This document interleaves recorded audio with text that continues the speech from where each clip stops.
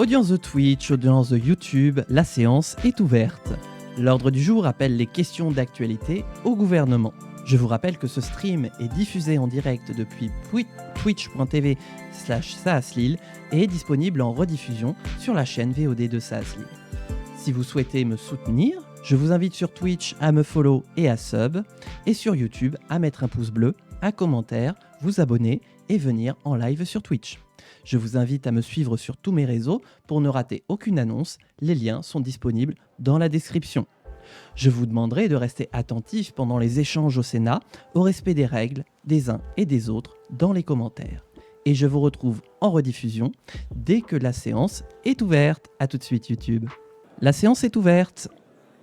Mes chers collègues, c'est une vice-présidente qui ouvre les questions d'actualité. Chers collègues, la séance est reprise. Comment ça, reprise? L'ordre du jour appelle les questions d'actualité au gouvernement.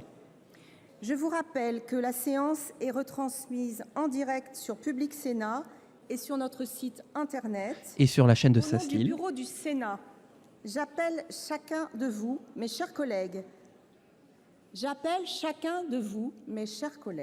Sylvie à observer Robert. au cours de nos échanges l'une des valeurs essentielles du Sénat, le respect, qu'il s'agisse du respect des uns et des autres ou le de respect celui du temps de parole.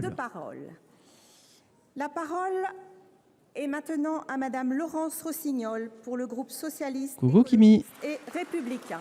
T'arrives pile au moment où ça commence. Merci Madame la Présidente. Monsieur le Premier Voilà ministre, Laurence Rossignol pour le on groupe recense socialiste. chaque année entre 120 et 130 femmes tuées par l'homme avec qui elles partagent ou avec qui elles partageaient leur vie. Ça va Kimi? Tu passes un bon moment? Est déjà révoltant.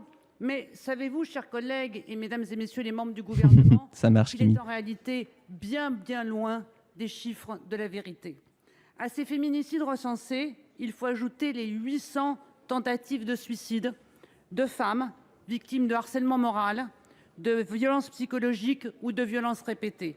Ce ne sont pas mes chiffres, ce sont les chiffres du ministère de l'Intérieur et de la MIPROF. Et sur ces 800 tentatives de suicide, un tiers d'entre elles vont mourir.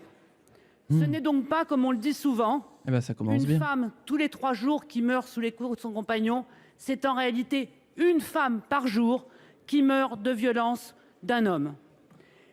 Depuis 2020, le harcèlement moral est une infraction criminelle. Mais qu'avons-nous fait depuis 2020 ? Qu'est-ce qui a été fait? Rien ou pas grand-chose. Pas de circulaire pénale C'est pas spécifique Sarah El de la loi Haïry, de quand même. 2020. Pas de formation des professionnels concernés. Pas d'enquête systématique. Et pour les quelques cas qui ont conduit à des condamnations, le plus souvent, ce sont les familles qui ont porté plainte. Hop, voilà. Et que fait-on pour le Qui va lui demi-millier répondre de femmes Ah non, Salimassa. qui ont survécu à ces Ah oui, c'est ma tentatives de némésis. suicide? C'est ça. On les sauve ou on attend une autre tentative de suicide que son nom de famille, qui c'est finira un jour SAA. par être fatale. C'est le début de mon Les pseudo. sauver, ça signifie enquêter sur leur tentative de suicide, chercher les violences, chercher le contrôle coercitif, entendre les proches, entendre les voisins. Monsieur le Premier ministre, maintenant on peut les sauver, ces femmes. Que comptez-vous faire?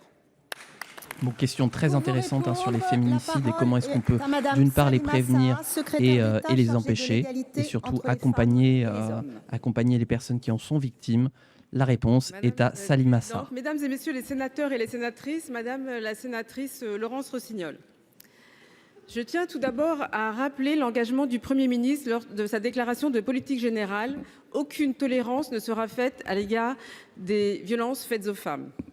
Avec le ministre Paul Christophe, nous sommes engagés avec l'ensemble du gouvernement à lutter contre ces violences. À cet égard, les annonces faites ce lundi renforcent notre engagement avec des mesures concrètes et ambitieuses, telles que les moyens alloués au dispositif aide universelle d'urgence.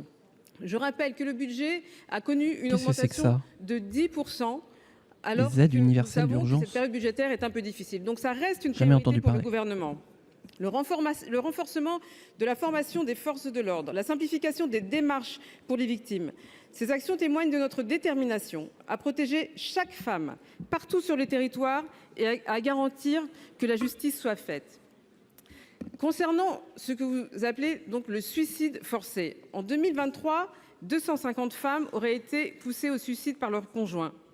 Depuis quelques années, des voix s'élèvent pour les intégrer dans le nombre de féminicides. Ce combat est mené notamment par Yael Kimi, Melou, l'ancienne donc. avocate Oh, spécialiste Kimi des qui est violences remonté, conjugales, Kimi qui est qui est vénère. venue au ministère ce lundi 25 novembre pour travailler sur le sujet. Selon les derniers chiffres de la MIPROF, 773 femmes Mais ont c'est une été question victimes l'an extrêmement dernier sérieuse, de hein, les harcèlement féminicides. par leur ex-conjoint ayant conduit au Je suis suicide ronchon ou de à une base avec le tentative. taf. D'accord, Cette ok. notion de suicide forcé a été en effet introduite dans le code pénal en 2020. Cette nouvelle incrimination vient reconnaître des liens entre les violences conjugales et le suicide. Les suicides forcés, quasi exclusivement, concernent des Oups, femmes. non, Le vous avez concept de rien- suicide vous avez rien forcé vu. dans le décompte des féminicides est une requête qui fait sens. Le travail sur ce sujet également, par l'ampleur des violences physiques et psychologiques dans le couple poussant la Pardon, femme désolé à se pour ces suicider. petites sautes Certaines voix d'image. accusent l'État de Salut Bazar des nier Faits, ces bienvenue violences sur ce afin stream. d'amoindrir les chiffres de féminicides. En 2023, Est-ce que tu vas bien? sans suicide forcé, On vient d'ouvrir la séance des féminicides, questions avec suicide d'actualité. forcé, 344. L'annonce ce lundi. Je fais ma 25 petite intro novembre. rigolote pour YouTube. Nous avons annoncé une évolution de la grille d'évaluation du Je danger. crois qu'elle a épuisé son Et du son masque temps de de parole, plainte. Salima ça. Afin de mieux prendre en compte toutes les formes de violence, suicide forcé, soumission chimique, cyberviolence, contrôle coercitif. Nous engageons Si, Madame la également ministre, une faut formation. conclure, s'il vous plaît. Faut conclure. Un effort massif sur la formation, sur l'accueil des victimes et le soutien psychologique. Je vous remercie. Merci. Voilà. Madame Rossignol. Non mais, hein, le temps c'est le temps. Hein. Merci, Oh, comment Madame elle la regarde Présidente. de travers. Temps pour ma réplique. Ou le regard de travers qu'elle vient de lui envoyer. Oh, D'abord, je Oh, vais vous dire c'était que depuis violent. 25 ans, je ne connais aucun Premier ministre qui n'ait pas manifesté, Ah, témoigné de cette détermination. vous le savez, au Sénat, on Lutter contre déconne les pas violences sur le faites temps aux de femmes. parole. Pour autant, malgré cette détermination, les chiffres restent affreusement stables. Mais je vous ai posé une question précise. Ça veut dire quoi qui concerne la prévention. Non, non, c'est Laurence des Rossignol. suicides. La présidente de la Déjà séance, fait une tentative quand de il y a eu un suicide. plan Vous sur m'avez elle, répondu, et puis à un moment, elle fait vous un avez regard comme ça, la répondu secrétaire En d'État. redonnant les chiffres que j'avais donnés et en redisant à peu près ce que j'avais dit. C'est pas la réponse que j'attendais. Ce n'est pas la réponse que j'attendais. Nous voulons des actes. Bon. Comment Merci, Madame prévenir? Rossignol. J'ai pas pris plus que la ministre. Merci beaucoup. J'ai pas pris plus que la ministre. La parole est maintenant à Madame Evelyne Corbière. Ça marche, Namazo cet pour argument, le ça groupe marche. Communiste, républicain, citoyen et écologiste. Allez. Canec. Evelyne Corbière-Namizo pour le groupe CRCEK.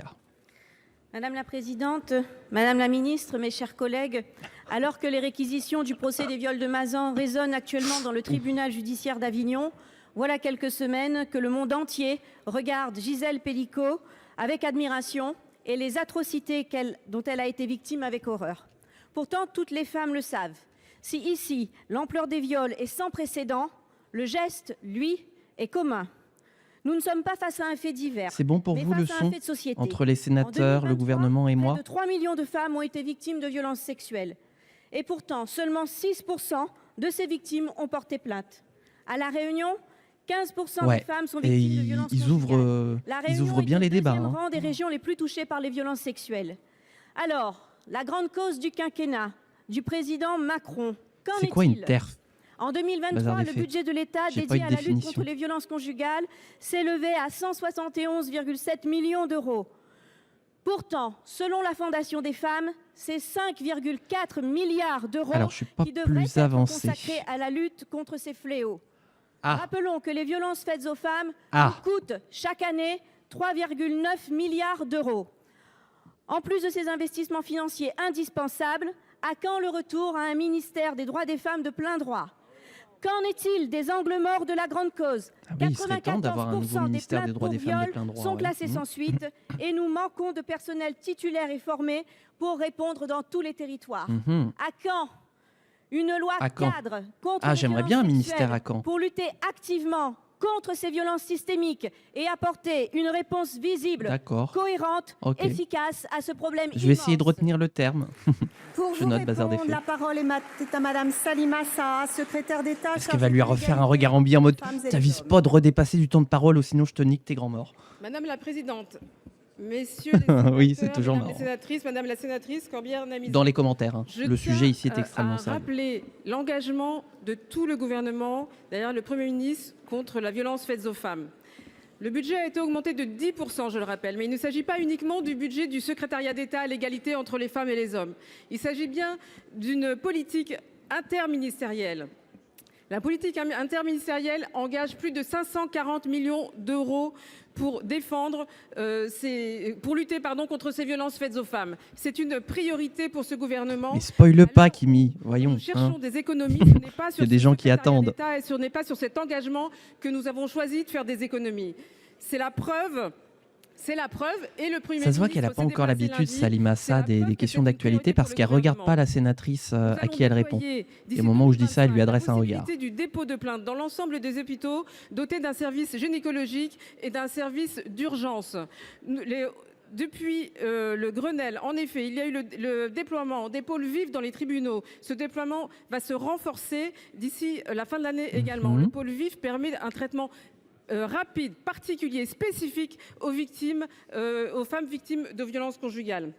Par ailleurs, est-ce que Michel Barnier va nous répondre aujourd'hui? Certes, mais il y a un ministre également, un ministre de plein exercice en charge de l'égalité pour les femmes et les hommes. Ah non, Michel Barnier ne prendra pas la parole aujourd'hui. Nous sommes deux, plus le Premier ministre, plus l'ensemble du gouvernement, à être mobilisés sur cette cause qui reste une cause prioritaire pour le gouvernement. Je vous remercie. Je vous remercie. Madame Corbière-Naminzo. Très bien. Alors, est-ce que Madame Corbière-Naminzo... Mes chers collègues, s'il vous plaît, je vous remercie. Madame la ministre, j'ai bien entendu votre réponse, mais Est-ce qu'elle est convaincue? il faut aller sur le terrain. Les délégations régionales aux droits des femmes dans les territoires sont sous-dotées. Elles n'ont pas les moyens de fonctionner. Elles recrutent des missions de service civique pour pouvoir assurer des missions de pilotage et de coordination des réseaux. Les associations sont épuisées. Tout repose sur les bras de bénévoles, de militants, d'associations. Ça n'est pas possible. Dans les prisons, dans les SPIP, ce sont aussi des contrats à durée déterminée. Merci beaucoup. Merci. Voilà. S'il vous plaît, mes chers collègues, je vous demande un petit peu de silence. Je vais demander à monsieur attention, Stéphane pour le groupe attention. Union Centriste de prendre Sinon, la elle va être parole. vilaine, la présidente de séance. Merci. Hein? Merci Madame la Présidente. Bonjour Monsieur le Ministre. Le 16 novembre Stéphane dernier, Demilly lors pour le du groupe de défilé l'Union au sol Centriste. d'Alger, l'écrivain franco-algérien Boualem Sansal a été arrêté et a été emprisonné. En même temps, elle est présidente de séance, elle n'est pas au-dessus des autres sénateurs et sénatrices, elle est leur égale. Donc elle peut pas rien faire de plus que de demander le silence atteinte gentiment. à la sûreté de l'État, à l'intégrité du territoire, à la stabilité ou au fonctionnement normal des institutions, au symbole de la nation et de la République. Il risque, Monsieur le Ministre, la peine de mort, une peine qui sera probablement commuée en prison à perpétuité. Que lui reproche-t-on? Probablement de ne jamais avoir trahi sa liberté de penser, sa liberté de dire, et notamment ses critiques vis-à-vis du pouvoir et vis-à-vis de l'islamisme qui gangrène la société. Boualem Sansal, Grand Prix de l'Académie française, est peut-être aussi une victime des tensions diplomatiques entre la France et l'Algérie. Probablement d'ailleurs au même titre que Kamel Daoud, prix Goncourt 2024, interdit de participer au Salon international du livre d'Alger par ces mêmes autorités algériennes. L'arrestation de Boualem Sansal est inacceptable, sur la forme bien sûr, mais également sur le fond, car cet écrivain incarne pour beaucoup la promesse d'un avenir loin des lourds héritages du fanatisme et de l'intolérance. Elle est inacceptable car on s'attaque à un homme qui symbolise dans ce pays la défense des droits de l'homme et de la Je femme. crois que c'est comme ça qu'on l'écrit. Elle Attendez, est je vérifie. inacceptable car c'est la liberté d'expression et la culture qu'on emprisonne. En France, la mobilisation des intellectuels, relayée par les médias de ce côté-ci de la Méditerranée, est très importante. Pouvons-nous compter, Monsieur le Ministre, sur une même mobilisation des autorités politiques et diplomatiques françaises pour venir en aide à notre compatriote? Merci. Pour vous répondre, la parole est à monsieur Benjamin Haddad, ministre délégué chargé de l'Europe. Tiens, pourquoi c'est pas le ministre des Affaires étrangères? Mesdames et messieurs les sénateurs, C'est curieux comme choix de ministre. Merci de cette question importante. Nous avons été choqués, stupéfaits de l'annonce de l'inculpation de notre compatriote Boualem Sansal. Et je partage votre émotion, l'émotion de beaucoup de Français qui estiment l'homme, admirent l'œuvre, qui ont lu ces ouvrages tels 2084 ou Le village de l'Allemand et ont pu admirer le courage de Boualem Sansal, véritable sentinelle de la liberté. Et je veux vous le dire, monsieur le sénateur, rien ne nous permet aujourd'hui d'accréditer les fondements de l'accusation dont il fait l'objet. Et la détention sans fondement sérieux d'un citoyen français est tout simplement inacceptable. Alors je vais vous le dire, nous ne transigeons qu'est-ce qu'on pas fait maintenant ? sur les valeurs de liberté d'expression qui sont toujours celles de la France. Vous pouvez compter sur la pleine mobilisation des services de l'État pour suivre la situation de Boualem Sansal.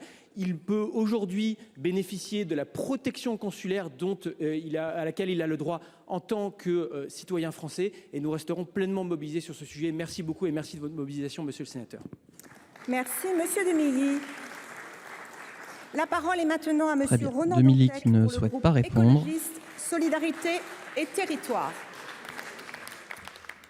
Alors, question Merci suivante. Madame la Présidente. Monsieur le Ministre, au-delà de quelques accords techniques, Ministre qui sera la COP29 à Bakou est un échec. Tani Mohamed C'est un Soalihi. échec parce que les pays riches, anciens ou nouveaux, n'ont pas voulu financer l'action climatique des pays les plus pauvres en réduction des émissions comme en adaptation. Comme un écho à cet égoïsme global, la France s'apprête non plus à Geste, c'est le groupe écologiste Solidarité et Territoire. C'est les écologistes au Sénat. de l'ordre d'environ un tiers. C'est la seule mission qui est amputée à ce niveau. À l'euro investi par rapport à la tonne de CO2 économisée, en permettant de financer les transports publics, énergies renouvelables ou sauvegarde de la forêt en Afrique, cette politique est pourtant notre politique la plus impactante dans la lutte contre le changement climatique. Monsieur le ministre, 2 questions simples. Le président de la République, la semaine dernière en Argentine, a lui-même déclaré, je cite, qu'il ne fallait pas aller au-delà de la copie budgétaire initiale. Sachant que la politique extérieure de la France est un domaine, si ce n'est réservé, du moins partagé, allez-vous donc abandonner le 2e coup de rabot de 641 millions prévu par amendement au Sénat après la baisse déjà massive dans le budget initial? 2e question très simple aussi, pour garder vos équilibres budgétaires après avoir donc rangé le rabot ou la tronçonneuse, envisagez-vous d'augmenter une recette? Non mais la blague est valide. La taxe sur les Ça joue. transactions financières, développée par Nicolas Sarkozy, défendue par François Bayrou pour financer l'aide au développement. Elle est aujourd'hui plus faible à Paris qu'à la City, 0,3 contre 0,5. Répondre, la parole est à monsieur Tani Mohamed Soalihi, secrétaire d'État chargé de la francophonie et des Oui, c'est ce que j'ai entendu aussi. Ouais. internationaux. Merci Madame la Présidente, Mesdames les sénatrices, Messieurs les sénateurs, Monsieur le sénateur Ronan Dantec. Je vous remercie pour cette question. Je sais à quel point vous êtes engagé sur ces sujets. Le projet de budget pour 2025 prolonge notre contribution à l'effort collectif engagé cette année. En 2024, le ministère de l'Europe et des Affaires étrangères a déjà contribué de façon significative au plan d'économie avec une réduction en 2024 de 880 millions d'euros, soit 12,5% du budget.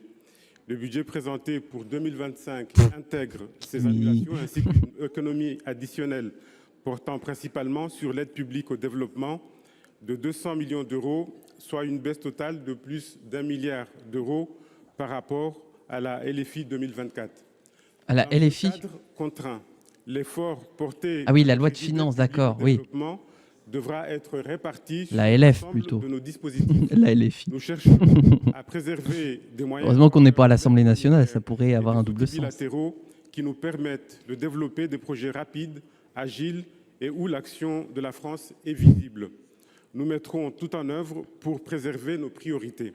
Néanmoins, plus généralement, des choix devront nécessairement être opérés, notamment parmi nos engagements multilatéraux.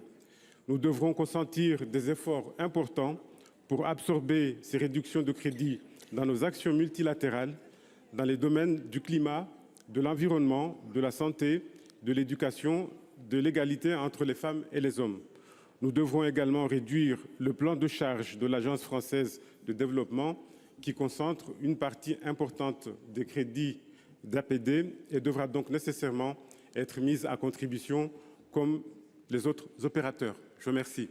Monsieur Dantec. La réponse du ministre qui confirme bien les suppressions de crédits. C'est plus de l'effort, c'est du zèle. Je voudrais juste dire, le Sénat aujourd'hui fait de la défense de l'agriculture française sa priorité. D'après le dernier chiffre du PNUE, l'Afrique contribue plus aujourd'hui que l'Europe au OBS, par l'effondrement de ses puits de carbone. Pardon. Si nous ne participons pas à la stabilisation des émissions africaines, l'agriculture française n'a strictement aucun avenir. Il n'y aura plus ni vigne ni élevage. Nous sommes dans un seul monde, tout est lié. Faisons preuve de responsabilité. La parole est maintenant à Madame Jacqueline Eustache-Brinio pour le groupe Les Républicains. Ce sera Didier Migaud, ministre de la Justice, qui lui répondra. Merci Madame la Présidente. Monsieur le Ministre, le 19 novembre, j'ai cru à une fake news. Oh, je la vois présidence souvent, de l'Assemblée Eustache-Brinio nationale en enregistre QAG. une proposition de loi visant à abroger le délit d'apologie du terrorisme du Code pénal. Ah, Déposée par un député LFI, nouveau Front Populaire, la sortie sur la 67 de ses collègues, proposition de loi des quasiment la Insoumis totalité de supprimer le LFI, délit d'apologie du elle vise terrorisme donc du à Code abroger un pénal. article du Code pénal inscrit dans ce code en 2014 suite aux Forcément, attentats ça fait jaser. que l'on ne peut ni oublier ni pardonner. En ce triste mois anniversaire des attentats terroristes islamistes sanglants du 13 octobre, alors que la France commémorera bientôt les 10 ans des attentats de janvier 2015, en plein procès Samuel Paty, le dépôt de ce texte est particulièrement ignoble et j'imagine aujourd'hui l'effroi des victimes du terrorisme islamiste en France et de leurs familles. Cette initiative a provoqué de vives et légitimes réactions à l'encontre de LFI qui cherche. Et cette fois, c'est pas la loi de finances, c'est bien la France insoumise. Malheureusement, rarement pour promouvoir la cohésion et l'apaisement de notre pays, mais souvent pour le fracturer. Le clientélisme électoral de cette proposition de loi ne fait aucun doute. Assigner à résidence une partie de nos concitoyens par le mensonge, le communautarisme, la victimisation et la réécriture de l'histoire est la dangereuse marque de fabrique de LFI. Hélas, il semblerait que nous ne vivions pas tous dans le même pays, alors que nous vivons tous sous la menace permanente du terrorisme mais c'est bien, ça nous donne des billes pour le bingo. En fait, je vous invite à rester attentif et à noter des idées. YouTube aussi, parce qu'on va faire le bingo là sur les semaines qui vont venir. Donc si vous avez des idées de trucs à mettre dans le bingo, des actions, des phrases qui me concernent moi, comme les propos politiques des gens qui prennent la parole, voilà, prenez des notes et on va se faire une petite liste. Moi, je me prépare un petit truc de texte, comme ça, si vous en avez, je les note déjà. Oups, pardon. Merci Madame la Présidente, Mesdames et Messieurs les sénateurs, Madame la... Non, on ne juge pas sur le physique, Kimi.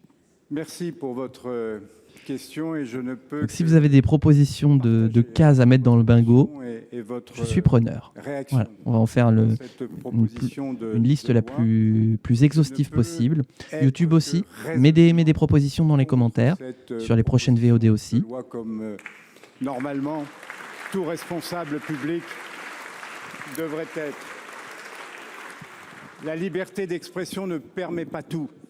Elle ne permet pas de justifier l'injusticiable, et notamment des meurtres qui ont été commis de façon ignoble et qui ont entraîné de nombreuses victimes. Lâche le micro, Didier. Il t'a rien fait, le micro. Inscrire. Ah, c'était une proposition, des mesures ont été prises. Je le note. Pour que nous puissions disposer d'un outil plus opérationnel encore pour lutter contre le terrorisme. Donc tout retour en arrière serait proprement ignoble et scandaleux. Donc je ne peux une fois de plus que partager votre émotion. La menace islamiste est toujours très, très prégnante. Donc on doit absolument pas justifier des retours en arrière par rapport à ce combat que nous devons mener tous ensemble. Donc je veux genre vraiment, on peut se faire arrêter pour un drapeau palestinien ? Mon opposition la plus totale et la plus résolue à l'abrogation de cette infraction du Code pénal. Madame Eustache-Brinio ? Non. Et coucou saumon sacré, bienvenue sur ce stream. On est en train de préparer un bingo en même temps qu'on écoute les QAG. Et indépendant. Merci Madame Groupe la RDPI. Présidente. Mes chers collègues, ma question s'adresse à Madame la secrétaire d'État chargée de l'égalité entre les femmes et les hommes. Ah, ma némésis. Alors que les réquisitions continuent contre les accusés, je veux ici redire à Madame Pellicot que son courage est remarquable. Pourquoi ma némésis ? Parce que c'est Salima Saa, S2A. Et comme moi je m'appelle Saa Aslil, voilà. Aucun lien, je suis fils unique. Oui, il doit y avoir un avant et un après Mazan. Un continuum dans la lutte contre le continuum des violences. Et nous devons amplifier nos actions. Madame la ministre, votre gouvernement a annoncé ce lundi de nouvelles mesures, dont une justement portant sur la soumission chimique. Les kits de détection seront expérimentés dans certains un avant et un après, je note aussi. C'est une avancée, Et soyons aussi très vigilants à nos enfants, à nos ados, lors des soirées. Nous le savons, le maillage de proximité est indispensable pour une solution rapide. Bonjour Lumine for You, bienvenue sur ce stream. On regarde les QAG et on est en train de se préparer à un petit bingo politique. Vous proposez aujourd'hui de les généraliser. Nous y sommes favorables. Oui, également, à l'élargissement du dépôt de plainte dans un hôpital doté d'un service d'urgence. Installe-toi, Lumine, et surtout, si tu as des questions, n'hésite pas à les poser. Je souhaiterais vous interroger. Est-ce que tu connais les questions d'actualité au gouvernement? Dispositif en métropole et en outre-mer. De janvier à octobre 2024, il y a eu 1564 victimes de violences intrafamiliales en Finistère, sensiblement plus qu'en 2023. 60% d'entre elles sont victimes de violences conjugales. Ah oui, c'est pas simplement sur motif de garde à vue. Sur les viols de Mazan, c'est sur les violences intrafamiliales. Le 3919, c'est le numéro national de référence pour les questions au gouvernement. En fait, c'est à l'Assemblée nationale et au Sénat, des députés et des sénateurs qui interpellent le gouvernement et le gouvernement doit leur répondre. Ils ont chacun 2 minutes de temps de parole, pas plus, pour répondre à la question qui est posée, et une réplique s'ils n'ont pas épuisé leur temps de parole. Et donc voilà, aujourd'hui, il y a 16 questions qui sont prévues au Sénat sur des sujets divers. Je tiens à saluer en effet le courage de Gisèle Pécresse. Là, on a eu une question posée par une sénatrice, et là, la réponse de la secrétaire d'État. Nous faisons face à un procès avec un retentissement international, et le sentiment que nous avons quand nous voyons ce procès, c'est à la fois un sentiment d'incompréhension, de colère et de dégoût. Quel courage! Face à ce courage, face à ce procès, en effet, il y a un avant Mazan et un après Mazan. Oh, Kimi, elle a coché la case. L'ensemble du gouvernement est mobilisé pour ces nouvelles mesures que vous venez de citer. En effet, le Sénat, c'est la chambre haute du Parlement français, puisqu'il y a 2 chambres dans le Parlement. Il y a l'Assemblée nationale d'un côté et le Sénat de l'autre. Et donc, c'est ce qu'on appelle la chambre haute. Sera doté de la possibilité du dépôt de plainte. Ça veut dire qu'aujourd'hui, 236 conventions ont été signées. Et d'ici la fin de l'année, nous attendons 377 conventions sur l'ensemble du territoire. Non, on ne vote pas pour les sénateurs, ce sont les maires et présidents de conseils régionaux et départementaux qui votent pour les sénateurs. Donc ils sont quand même élus, mais pas directement par les citoyens. Et qui accueillent la parole des victimes, la parole des femmes en détresse, la parole qui parfois sont de femmes qui sont dans des situations de survie. Nous allons oui, tu as tout à fait raison de le souligner, ouais, bazar des faits. Également sur l'outre-mer. C'est un engagement que nous prenons fortement. Jusqu'à présent, le 3919 n'était pas assez présent sur l'outre-mer. L'engagement du gouvernement est sincère et territorial. Vous pouvez compter sur notre engagement. Oui, c'est parce qu'on élit nos dirigeants qu'effectivement, on part du principe qu'on est une république démocratique. Pour notre société. Et c'est ça également une des conséquences du procès Mazan, mais pas que. Le Premier ministre a confié à la députée Sandrine Josso, à la sénatrice Véronique Guillotin, une mission parlementaire, et nous attendons vivement les recommandations qu'elles nous feront d'ici le début du mois de mai pour prendre de nouvelles mesures dans l'année 2025. Vous pouvez compter sur l'engagement de l'ensemble du gouvernement. C'est un sujet prioritaire, un sujet qui nous touche tous, qui concerne tous les foyers, tous les territoires, tous les milieux sociaux. Ça concerne l'ensemble de la France. Je vous remercie. Une mission parlementaire, c'est un groupe de députés et ou des sénateurs qui sont envoyés en expertise sur une question spécifique, qui font un rapport et qui doivent appuyer les travaux parlementaires et du gouvernement pour proposer de nouveaux projets de loi. Placé en redressement judiciaire, c'est un coup de tonnerre. D'abord, pour les 330 salariés dont les emplois sont menacés et qui veulent continuer à travailler. Des centaines d'emplois indirects pourraient aussi être impactés. Ensuite, pour l'Aube, où la désindustrialisation a fait tant de mal. Le mythe funeste de la France sans usine a laissé des plaies béantes que nous tentons de recoudre en conservant nos fleurons sur les territoires, notamment dans le domaine du textile. Enfin, pour la France, le coq sportif est une marque iconique. Ah oui. Elle a brillé aux yeux du monde entier lors des Jeux olympiques et paralympiques de Paris, et nos athlètes ont accompli leurs exploits en arborant le fameux coq tricolore. C'est un coup de tonnerre, monsieur le ministre. Mais les nuées s'accumulaient déjà à l'horizon depuis bien longtemps. En octobre, la société annonçait déjà chercher des solutions de financement. Les mauvais résultats de l'an passé se sont malheureusement confirmés au premier trimestre. De façon plus globale, le vent mauvais des fermetures d'usines souffle sur le pays. Il faut poursuivre la dynamique de réindustrialisation dans laquelle le coq s'est inscrit, y compris en rapatriant sa R&D en France. Non seulement en ouvrant de nouvelles usines, mais aussi en trouvant des solutions de financement et de reprise adaptées. Nous l'avons fait à Romilly, dans la ville du coq sportif, grâce au groupe Rebirth, qui vient de reprendre l'usine Cycleurope. Monsieur le ministre, ma question est simple. Quel est le plan d'action du gouvernement pour soutenir le coq sportif et préserver notre outil industriel et nos savoir-faire? Le coq sportif compte sur l'élan des JO pour se relancer. J'espère que la France pourra compter sur le coq pour poursuivre la dynamique de réindustrialisation. Ouais, ce qui est fou, c'est que quand même ils étaient partenaires des JO et que malgré ça, ils sont quand même en train de couler. Hein. C'est vous dire à quel point le tissu industriel est mal en France. Messieurs les sénateurs, Madame la sénatrice. Antoine Armand, ministre de l'économie, pour lui répondre. Merci pour votre engagement en faveur de l'industrie dans votre territoire de l'Aube, qui, vous l'avez rappelé, a été éprouvé. Ma question est simple. Oui, ces dernières je décennies note. par des vagues de désindustrialisation. Et même si depuis 2016, ce pays crée plus. On va avoir trop de propositions et pas assez de cases pour le bingo. Hein. Je vous le dis tout de suite. Extraordinairement difficile comme celle que vous avez soulignée, celle du coq sportif, une marque absolument emblématique, vous l'avez rappelé, qui a brillé pendant les Jeux olympiques et paralympiques, qui emploie 350 personnes en France sur 410 personnes dans le monde et pour laquelle j'aurais pensé plus. Vu la renommée de cette entreprise, j'aurais pensé plus. En 2023, par un prêt du Fonds de développement économique et social que vous avez contribué à solliciter et à apporter au territoire et nous vous en remercions en 2024. Malheureusement, même la période des Jeux olympiques et paralympiques n'a pas permis à l'entreprise d'avoir un sursaut et en septembre, les entités du coq sportif ont demandé une procédure collective. Pourquoi ? Pour qu'un nouveau cadre plus sécurisé permette d'accompagner les salariés. Je veux vous redire ici, au nom du gouvernement, la mobilisation totale qui est la nôtre pour, dans ce nouveau cadre, trouver toutes les solutions. D'abord, de possibles repreneurs. Ensuite, la sécurisation des compétences, parce qu'on sait qu'un emploi industriel, c'est plus qu'un emploi industriel. C'est un emploi de service, des emplois de proximité dans des territoires qui en ont besoin. Et bien sûr, si ça ne suffisait pas, l'accompagnement personnalisé auprès de chaque salarié. Soyez-en assurés, je vous remercie. Madame Paoli-Gagin. Oui, merci beaucoup, Monsieur le ministre, pour ces actions concrètes qu'on veillera à surveiller sur le terrain. Je voulais juste rappeler que le Premier ministre nous a parlé d'un potentiel livret pour financer l'industrie. Je voulais rappeler que notre groupe avait soutenu une proposition de loi dont j'étais l'auteur en 2021.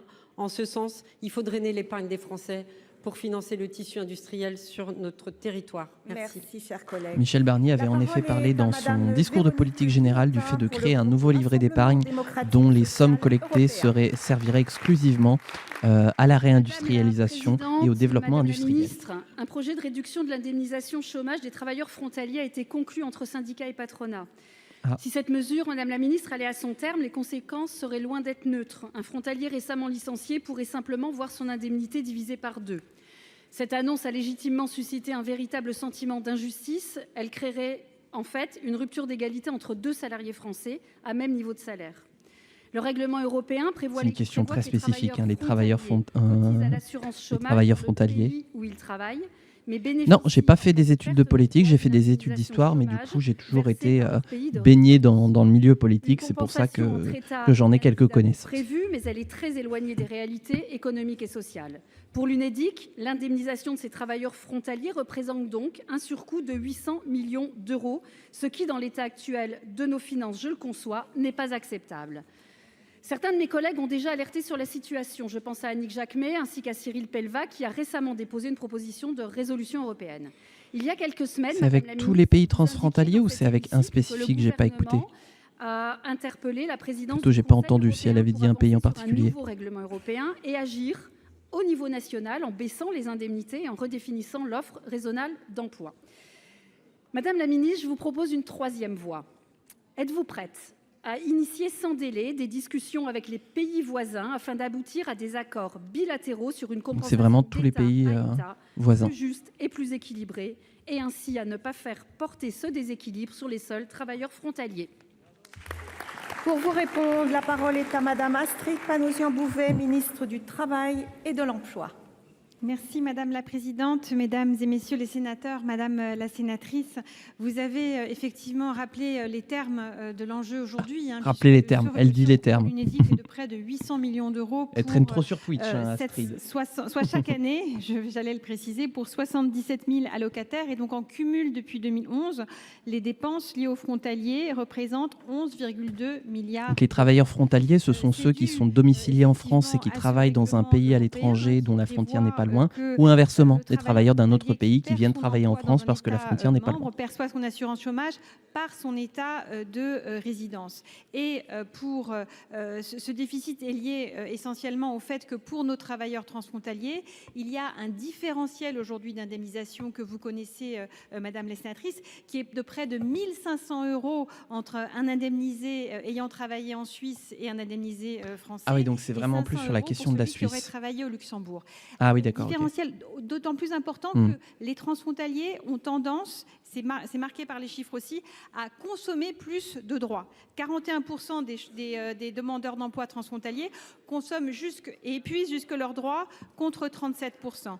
Il ne s'agit pas de stigmatiser. C'est d'ailleurs aussi pour ça que dans l'accord d'assurance chômage qui a été, je le rappelle, signé par 3 organisations syndicales et l'ensemble des organisations patronales, ce sujet est à l'ordre du jour. Moi, je vois effectivement 3 plans d'action, et vous en citez un. Le premier, c'est de pouvoir renégocier ce règlement 883. Et je me rendrai début décembre à Bruxelles pour discuter avec mes homologues européens du travail ainsi que... Le règlement 883, c'est un règlement européen qui précise justement comment doivent être indemnisés les travailleurs qui travaillent dans des pays étrangers à leur pays de résidence. Évoluer l'offre raisonnable d'emploi précisément pour que, à offre égale, le référentiel se fasse sur le salaire en France et non pas le salaire genevois ou maastrichtien. Et puis également mieux accompagner par les agences de France Travail qui sont sur la frontière les demandeurs transfrontaliers. Et enfin, vous avez raison, madame, il y a des discussions bilatérales qui vont commencer, en particulier avec le Luxembourg et la Suisse, sur ces problématiques. Mais la question bilatérale est aussi tout à fait importante. Merci, mais je pense qu'il faut voir ça dans l'ensemble. C'est fini, Astrid. Merci, madame. Voilà. Madame Guillotin. Allez, la réponse. Madame la ministre, je crois que vous avez compris que je pense que la solution bilatérale est la plus importante et la première à mettre en avant. Les travailleurs frontaliers n'ont pas choisi leur situation. Ils sont sur un territoire où ils vont travailler au Luxembourg, où ils cotisent auprès d'un employeur. Et je pense qu'il est urgent et important que le gouvernement ouvre des discussions d'État à État. Les pays voisins ont besoin de nos travailleurs frontaliers. Ce qui est fou pour avoir vu la situation de plusieurs travailleurs transfrontaliers, c'est à quel point la législation est différente entre les pays et que bien souvent on demande à la France de payer pour les travailleurs étrangers en France et pour les travailleurs français qui vont travailler à l'étranger. Et comme ça, les systèmes de sécurité sociale des autres pays européens, eux, ils n'ont pas à payer pour eux. Monsieur le ministre, bilatéral, c'est entre deux parties. Donc là, c'est entre deux pays. Ou subversif, nous dit l'Algérie. Cette séquestration arbitraire évoque le sort de Solzhenitsyn ou de Václav Havel. Il semblerait qu'Alger cherche de nouveau à nuire à notre pays. On pourrait penser que la cause serait la reconnaissance par la France de la marocanité du Sahara occidental. En réalité, tous les prétextes sont bons pour attaquer la France. Face à l'expression de cette haine, que représente Boualem Sansal, si ce n'est le bouc émissaire des tensions entre nos deux pays? Il incarne le courage dans ce qu'il fait et dans ce qu'il dit. Lui qui, d'une voix longtemps inaudible, a dénoncé les ravages de l'oppression islamiste. Son crime, aux yeux du pouvoir algérien... Oh, j'allais dire LR. Effectivement, c'est LR. Et pire encore, d'aimer la France. L'Algérie s'accommode avec son histoire, ne cache pas son mépris envers les Juifs. Ah bah, la situation aux frontières avec tous les pays, c'est compliqué. Et d'autant plus de la Suisse qui ne fait pas partie de l'Union européenne. Il y a donc des situations commerciales et civiles bien compliquées par rapport aux autres pays qui l'entourent. Pourtant, sur cette même question, nous ne sommes hélas pas unanimes. Une grande partie de la gauche, qui a toujours voulu s'approprier les traditions des Lumières, est totalement muette sur le sort de notre compatriote. Elle reste plus préoccupée par la suppression du délit d'apologie du terrorisme que par la défense de ce grand écrivain. Plus grave encore, les dérives victimaires de l'Algérie ont trouvé un écho complice dans certains médias du service public. Comment, monsieur le ministre, accepter de tels propos qui desservent notre pays, qui desservent la démocratie, allant même jusqu'à emprisonner arbitrairement un homme de 75 ans qui est menacé de peine de mort? Si la diplomatie exige de la discrétion pour agir, monsieur le ministre, comment accepter que cette haine de la France trouve écho? Je savais que tu allais le mettre. Je savais, je t'ai vu venir. Monsieur le ministre, comment comptez-vous agir pour libérer Boualem Sansal? Deuxième question donc sur la La parole séquestration de est à Boualem monsieur Sansal. Benjamin Haddad, ministre délégué. Et donc une nouvelle fois, de c'est l'Europe. Benjamin Haddad qui va répondre. Merci, Benjamin, hein. Madame la Présidente, J'ai un doute. Mesdames et Messieurs les sénateurs et sénatrices, merci Oui, Madame Benjamin la Haddad. sénatrice Boyer de votre question, de votre engagement qui fait écho à la question du sénateur Demilly et qui démontre bien l'engagement non seulement de cet hémicycle, mais bien l'émotion et la stupéfaction de tous les Français à l'annonce de l'inculpation. Bruno Retailleau qui pique une sieste derrière. Boualem Sansal. Et je voudrais... Alors si, parce que en ici, fait, une ça fois fait de partie plus, du que la propos. Ils ont France 2 minutes, mais la du question côté est inclue dans le de propos. l'universalisme, Donc des fois, de la les liberté sénateurs, ils vont dire d'expression, ma de la question liberté est la suivante, d'opinion. tatati tatata. Et que Mais nous des ne fois, en voyons fait, il faut la rien comprendre dans les 2 aujourd'hui minutes dans les activités de parole de qu'ils ont. Boualem Sansal Là, la question, qui c'était puissent qu'est-ce que vous allez justifier, faire par rapport à la accréditer, séquestration de Boualem Sansal. Les accusations qui justifient aujourd'hui son emprisonnement. La détention sans justification d'un citoyen français, d'un grand écrivain, est inacceptable. Et je vous rappelle, Madame la sénatrice, la mobilisation Alors de c'est l'État, en de fait tous les tour à services tour un de sénateur, l'État, un membre du suivre gouvernement, cette un situation sénateur, pour un faire membre du bénéficier gouvernement. à Boualem Sansal, Puisque les le Sénat services pose des questions consulaires et le auxquels il a gouvernement droit y en tant répond. que citoyen Ah, ça y français est, et Bruno compter Retailleau s'est sur réveillé. la mobilisation de l'État et du gouvernement à ce sujet. Merci beaucoup. La parole Ah, est donc là, c'était maintenant le à ministre de l'Europe. Victorin Lurel pour le groupe socialiste, écologiste et républicain.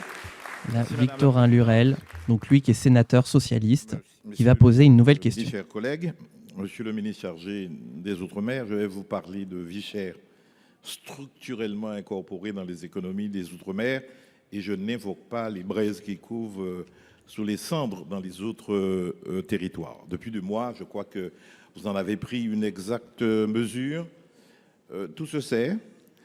Toutes les analyses ont été faites, tous les rapports d'information ont été faits sur les mécanismes de formation. C'est qui le ministre des prix. Outre-mer? Ah, François-Noël Buffet. Pourtant, on fait peu. Du protocole signé en Martinique, vous ne retenez, et je veux ajouter pour le moment, que la baisse temporaire et partielle de TVA sur une liste de produits qui sera compensée, j'ai cru comprendre cela, et en symétrie des efforts que feront certaines collectivités. Alors le gouvernement, en fait, ne fait pas partie du Sénat. Vous nous répondez Il ne souvent, siège pas dans le Sénat. négociation. Le gouvernement a le pouvoir exécutif. Le Sénat et l'Assemblée nationale ont le pouvoir législatif. Ajustements, disons-le, marginaux.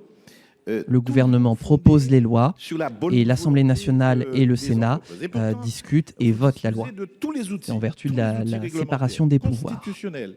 Vous avez tous ces moyens-là. Et aujourd'hui, Donc les sénateurs, ils siègent dans les sièges tout autour dans l'hémicycle. Et le gouvernement, ils ont des places attitrées tout devant l'hémicycle pour ne pas être mélangés avec, les sénateurs. Ici même déposé qui par moi-même, qui par la délégation et le président Larcher lui-même, et aussi à l'Assemblée nationale. Alors ma question est simple. Alors quand je dis l'Assemblée, c'est vrai que des fois je raccourcis. Je parle de l'Assemblée nationale qui est la chambre complémentaire du Sénat. Puisque je te le rappelle, il y a 2 chambres. L'Assemblée nationale et le Sénat. Et c'est ensemble qu'ils font la loi. Le Palais Bourbon d'un côté et le Palais du Luxembourg. Merci Madame la Ce Présidente. sont les 2 lieux où ils Mesdames et siègent. Messieurs les sénateurs, Monsieur le sénateur Victorin Lurel, Monsieur le ministre, merci pour votre question parce qu'elle me donne l'occasion finalement On de écoute refaire la un réponse. point rapide de la situation. C'est effectivement compliqué, mais une fois qu'on comprend, ça paraît plus évident. Mais il faut juste un peu de temps pour entrer dedans. Hein. C'est normal au début. En particulier pour essayer de trouver la solution qui permette de réduire à partir du 1er janvier prochain de 20% les prix de première nécessité. Je rappelle 6 000 produits, 69 familles de produits. Le gouvernement qui annonce bloquer les prix de produits de première nécessité dans les Outre-mer. Territoriale de Martinique, mais également les entreprises de Martinique, sous l'égide de l'État, va être mise en œuvre. Bon, est-il suffisant? La réponse est évidemment non. Parce que même s'il y a des mesures dans le projet de loi de finances qui va permettre notamment à la Guadeloupe de pouvoir travailler sur le taux de TVA, il y a nécessairement besoin d'autres mesures. Donc vous avez raison qu'il y existe énormément d'études, de rapports, de propositions de loi, y compris une qui est actuellement déposée à l'Assemblée nationale, qui viendra au mois de décembre, indépendamment de la vôtre que vous avez préparée, qui est enregistrée, j'allais dire, au rôle de l'audience, si je puis me permettre, du Sénat.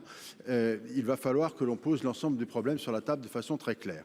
Ce que je veux vous dire, Monsieur le Ministre, c'est qu'en réalité, il y a sur cette affaire de la vie chère à la fois des propos qui sont des propos de vérité, il y a des propos qui ne sont pas toujours très justes, donc je ne dirais pas qu'ils sont mensongers, mais en tout cas incomplets, et qu'il est nécessaire, sur la base de tous les documents que nous avons, de faire cet instant de vérité. Donc nous allons l'engager. Nous allons l'engager, quand je dis quand, rapidement, parce que je veux qu'on aille assez vite sur ce sujet-là pour sortir de ce climat quelque peu anxiogène, et au-delà du fait qu'il est anxiogène, qui pose des difficultés pour l'ensemble de nos compatriotes ultramarins.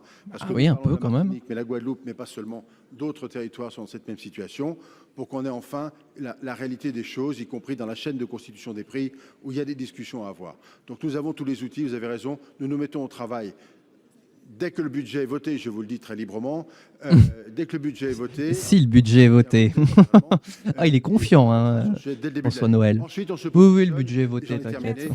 Sur une vision de moyen et long terme. Merci, Monsieur le Ministre. Allez, il a épuisé son temps de parole. Maintenant à Madame Brigitte Hibert pour le groupe...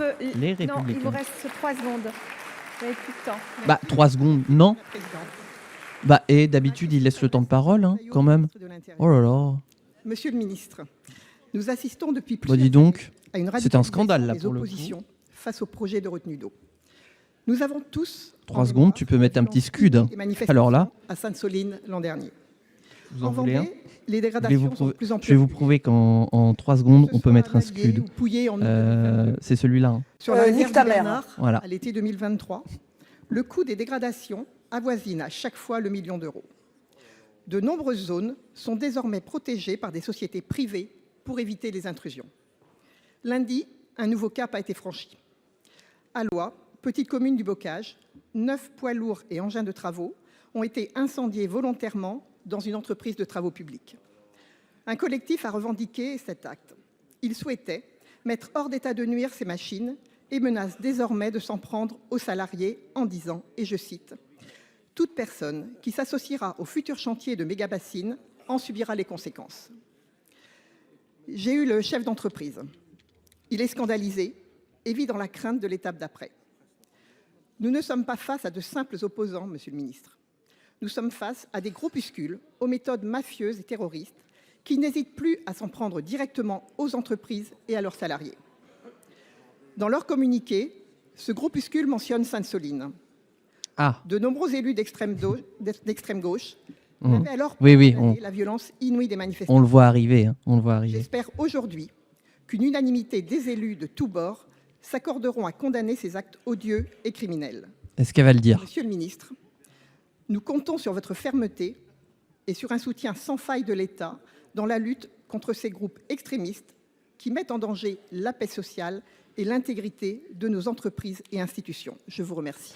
Oh, vous pouvez être sûr que c'est Bruno Retailleau qui va lui répondre, qui va pouvoir parler d'écoterrorisme. En gros, c'est un terme qui est beaucoup utilisé par la droite politique française pour critiquer les actions entamées par des groupes. Des groupes et groupuscules qui font du sabotage. Un groupuscule qui s'autodésigne, vous l'avez indiqué. Ah bah, il va certainement définir les termes, Bruno. Mais méga-bassine. Voilà. Le problème, c'est qu'en plus de cette... Ils veulent empêcher certains chantiers et donc la droite parle d'éco-terrorisme. Vis-à-vis bonjour Valérie. Et vis-à-vis des salariés. Comment vas-tu? Indiquant que si jamais elle devait se rendre sur un chantier, tu vas bien? Une réserve de substitution, alors il pourrait leur en coûter cher. C'est absolument insupportable. C'est doublement insupportable et j'espère bien que nous sommes tous d'accord sur ces bancs. Attendez, je veux qu'ils le disent. Je me le note dans le bingo. Hein. Je me le note dans le bingo. Parce que les réserves de substitution, je vous le rappelle, qui consistent vertueusement à stocker l'eau lorsqu'elle est abondante l'hiver, à la restituer dans le milieu l'été lorsqu'elle manque, ces réserves de substitution en Vendée ont eu d'excellents résultats économiques, sociaux et environnementaux. Mais surtout, cette violence pratiquée par ces groupuscules, elle est terrible. Elle traduit simplement une dérive dangereuse d'un certain nombre de mouvances, qui se sont radicalisées, qui n'hésitent plus maintenant à incendier, à intimider, à casser, et c'est insupportable. Pour eux, pour ces groupuscules, je l'ai vécu, Notre-Dame-des-Landes a été un creuset fondateur. Ce creuset où ils ont vu la faiblesse de l'État. Eh bien maintenant, c'est terminé.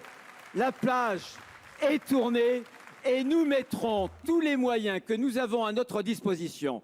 Ministère de l'Intérieur, sous, bien sûr, la tutelle de la justice et des procureurs, pour retrouver les coupables. Ça prendra le temps que cela prendra. Nous y mettrons les moyens, nous les déférerons devant la justice pour qu'ils soient punis sévèrement, que les agriculteurs, qui sont les premières victimes, en soient conscients. Nous sommes totalement mobilisés. Ah, bah, il coche pas mal de cases au bingo, là, Bruno Retailleau. Hein. Est-ce qu'on pourrait pas rajouter « nous sommes totalement mobilisés » ? Merci, Monsieur le ministre. Est-ce qu'on l'a pas déjà mis ? Nous savons que nous pouvons compter sur... Ah non, on a mis « des mesures ont été prises ». C'est pas pareil. Ah. Mais il l'a pas dit. Il l'a pas dit écoterrorisme. C'est triste. Anne-Sophie Romani pour le groupe Union Centriste. Allez, question suivante de l'Union Centriste. Merci Madame la Présidente, Mesdames et Messieurs les ministres, mes chers collègues. Union Centriste, je vous le rappelle, ce sont des centristes, mais qui ne sont pas macronistes. J'y associe mes collègues Marnès Ils ne soutiennent pas Emmanuel Macron. et Christian Bruyas. Des Pokémon qui étaient assez rares pendant assez longtemps, mais qui sont de moins en moins rares dernièrement. Le nombre de faillites d'entreprises bat des records. Et aujourd'hui, en moyenne, ce sont 1219 suppressions d'emplois dans les PME. Ah bah, rappelez-vous ce que disait Mitterrand, hein, le centre n'est ni de gauche ni de gauche. Il y a 2 semaines était annoncée la fermeture de 2 usines Michelin dans le Morbihan et le Maine-et-Loire et d'une dizaine de magasins Auchan dans toute la France. On est sur les plans sociaux là ? C'est dans mon département de la Marne où en quelques jours seulement, nous avons appris la fermeture du site d'ArcelorMittal à Reims, puis le plan de restructuration du laboratoire Boiron qui évoque la fermeture de certains sites et notamment celui de Reims, et enfin la prononciation de la liquidation judiciaire de l'entreprise Aerospace, Reims Aerospace. Sans parler de la situation du coq sportif chez nos voisins dans l'Aube. Effectivement, ça n'arrête pas, hein, les plans sociaux. 550 emplois sont menacés ou supprimés en quelques jours. Bien sûr, on ne peut pas mettre toutes les entreprises dans le même panier. Il y a celles qui sont en difficulté et Agnès, qu'est-ce qu'elle fait là, Agnès Pannier-Runacher ? Santé, licencient en raison de choix stratégiques. C'est le cas d'ArcelorMittal. Or, ces entreprises perçoivent des aides massives. Monsieur le ministre, nous sommes en plein PLF, sur une ligne de crête, que dis-je, sur le fil du rasoir. Alors, aider oui, mais avec quelle efficacité ? Le gouvernement doit demander des comptes à ces entreprises sur l'emploi des aides perçues. Oui. Il le demande à Michelin et à Auchan, mais aucun remboursement n'a été réclamé à ce jour. Prendre des sanctions, dans le double contexte actuel de maîtrise des comptes publics et de crise de l'emploi industriel, allez-vous prendre de véritables sanctions financières à l'encontre des entreprises qui ne jouent pas le jeu sous le regard de leurs salariés qui perdent leurs emplois ? Je vous remercie. Bien. Pour vous répondre, la parole est à Monsieur Antoine Armand, ministre de l'économie. Alors, on écoute Bruno Le Maire Junior, Madame la Présidente, ChatGPT extension AA. Nous sommes à un moment économique pivot. Ça commence déjà, ChatGPT.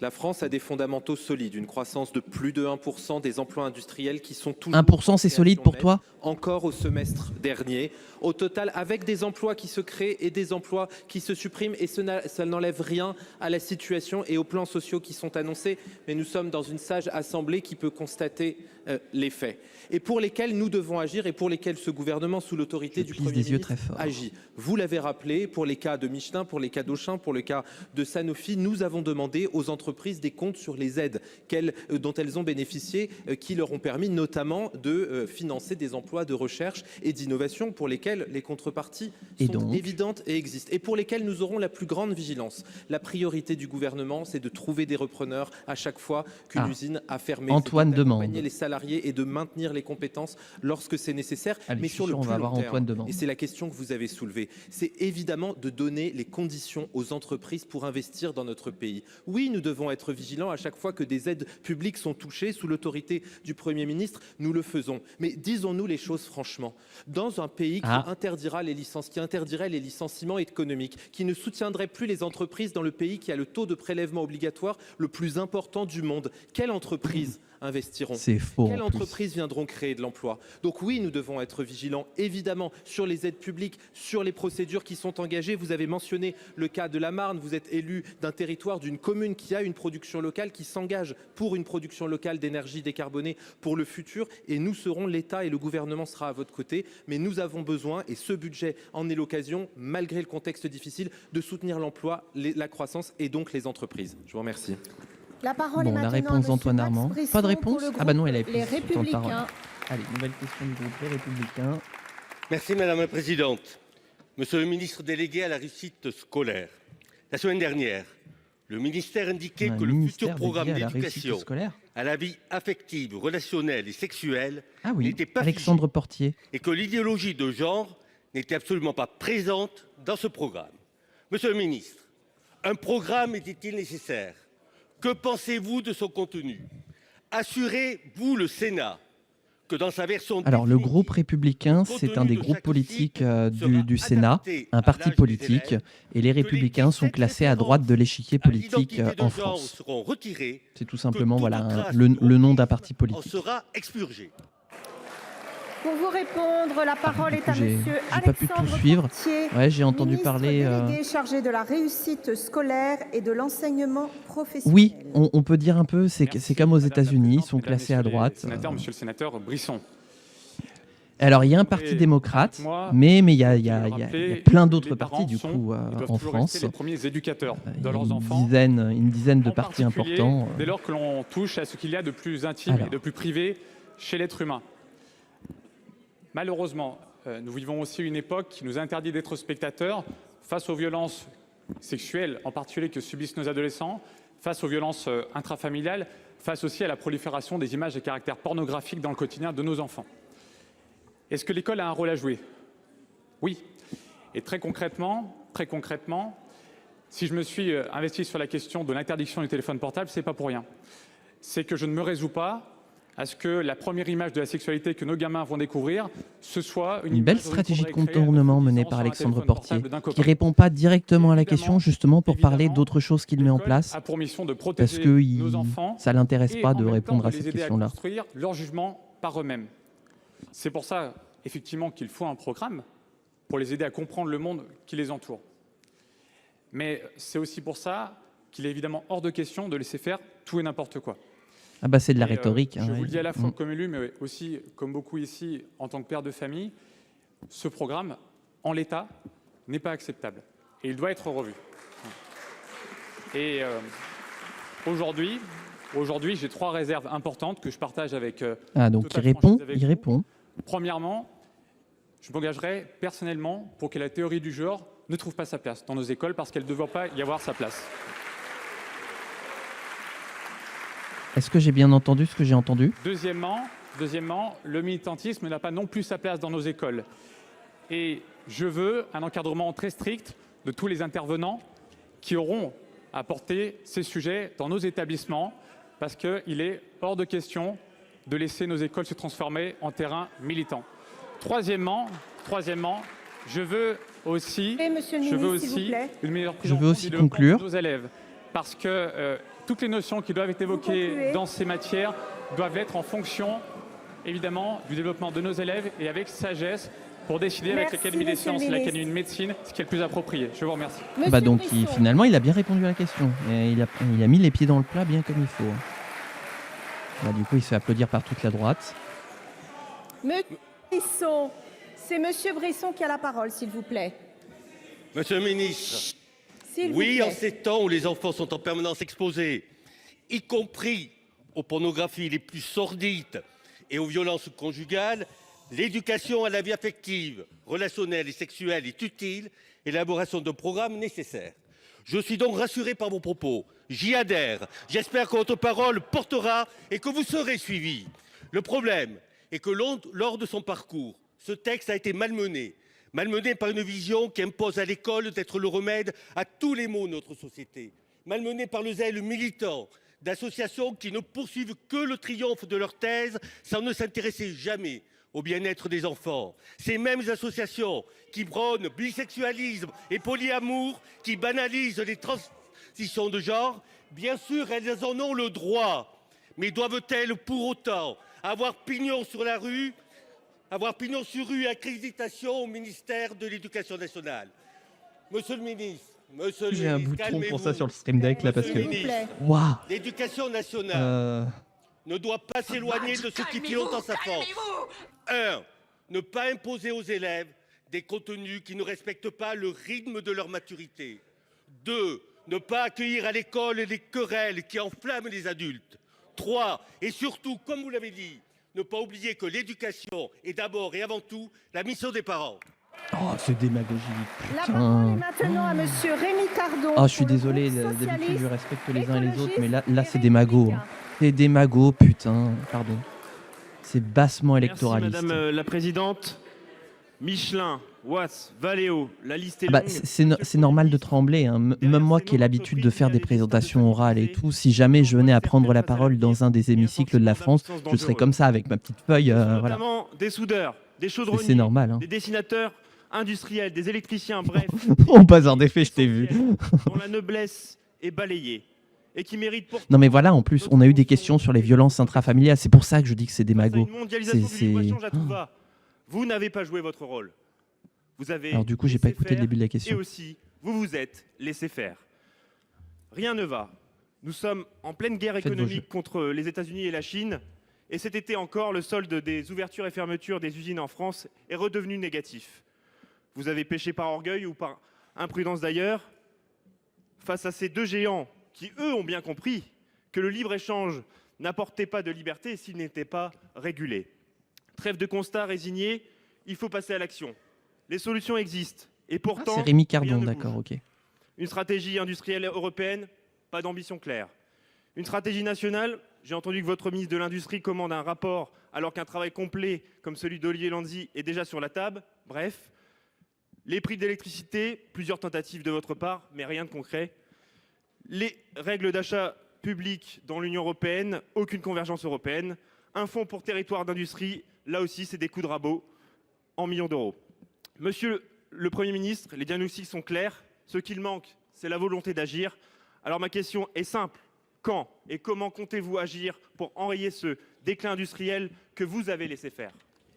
Pour vous répondre, la parole est à Monsieur Antoine Armand, ministre de l'économie, des finances et de l'industrie.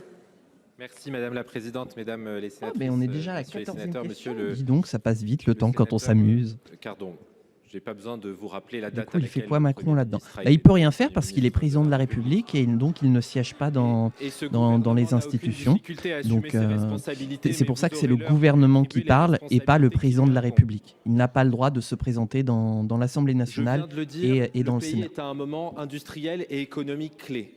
Dans lequel, face aux difficultés industrielles et notamment internationales, nous avons besoin de sortir d'une forme de naïveté européenne que vous avez rappelée avec vos mots et que nous ne pouvons que partager. Le rôle du président de la République est d'ailleurs de donner les grandes lignes.